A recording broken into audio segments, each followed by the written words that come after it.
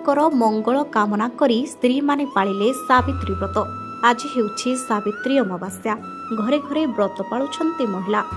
ସ୍ୱାମୀଙ୍କ ଦୀର୍ଘ ଜୀବନ କାମନା କରି ଉପବାସ ବ୍ରତ କରିବେ ସ୍ତ୍ରୀ। ଓଡ଼ିଶାର ଅନ୍ୟତମ ପ୍ରସିଦ୍ଧ ପରମ୍ପରା ଭାବେ ଜଣାଶୁଣା ଏହି ପର୍ବ। ତେଣୁ ଓଡ଼ିଶାର ଘରେ ଘରେ ଏଥିପାଇଁ ଏକ ସ୍ୱତନ୍ତ୍ର ପରିବେଶ ଜମିଥାଏ। ଏହି ପର୍ବରେ ଶାଢ଼ୀ ଚୁଡ଼ିଠୁ ଆରମ୍ଭ କରି ବିଭିନ୍ନ ଫଳ ଲୋଡ଼ା ପଡ଼ିଥାଏ। ରାଜ୍ୟର ବିଭିନ୍ନ ଅଞ୍ଚଳରେ ପାଳନ ହେଉଛି ସାବିତ୍ରୀ ବ୍ରତ। ସ୍ୱାମୀଙ୍କ ମଙ୍ଗଳ କାମନା କରି ମନ୍ଦିରରେ ପୂଜା ଅର୍ଚ୍ଚନା କରାଯାଉଛି। ସବୁଠି ଗହଳି ଚହଳି ଦେଖିବାକୁ ମିଳୁଛି।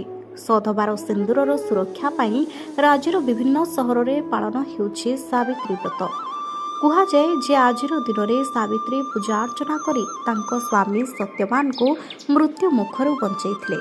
ସଧବା ନାରୀମାନେ ଆଜି ବ୍ରତ ରଖି ଶଙ୍ଖା, ଶାଢ଼ୀ, ସିନ୍ଦୁର ଓ ବିଭିନ୍ନ ପ୍ରକାରର ଫଳ ଭୋଗ କରିଥାନ୍ତି। ଏନେଇ ଆଜି ସୁକିନ୍ଦାରେ ପାଳନ କରାଯାଉଛି ସାବିତ୍ରୀ ବ୍ରତ। ସୁକିନ୍ଦାଗଡ଼ରେ ଥିବା ବିଭିନ୍ନ ମନ୍ଦିର ଓ ଗ୍ରାମମାନଙ୍କରେ ସାବିତ୍ରୀ ବ୍ରତ ପାଳନ କରାଯାଉଥିବା ଦେଖିବାକୁ ମିଳିଛି। ବ୍ରାହ୍ମଣମାନଙ୍କ ଦ୍ୱାରା ବିଧିବଦ୍ଧ ଭାବେ ପୂଜା ଅର୍ଚ୍ଚନା ଚାଲୁ ରହିଛି। ଆସନ୍ତୁ ଦେଖିବା ସାବିତ୍ରୀ ବ୍ରତ ପାଳନ।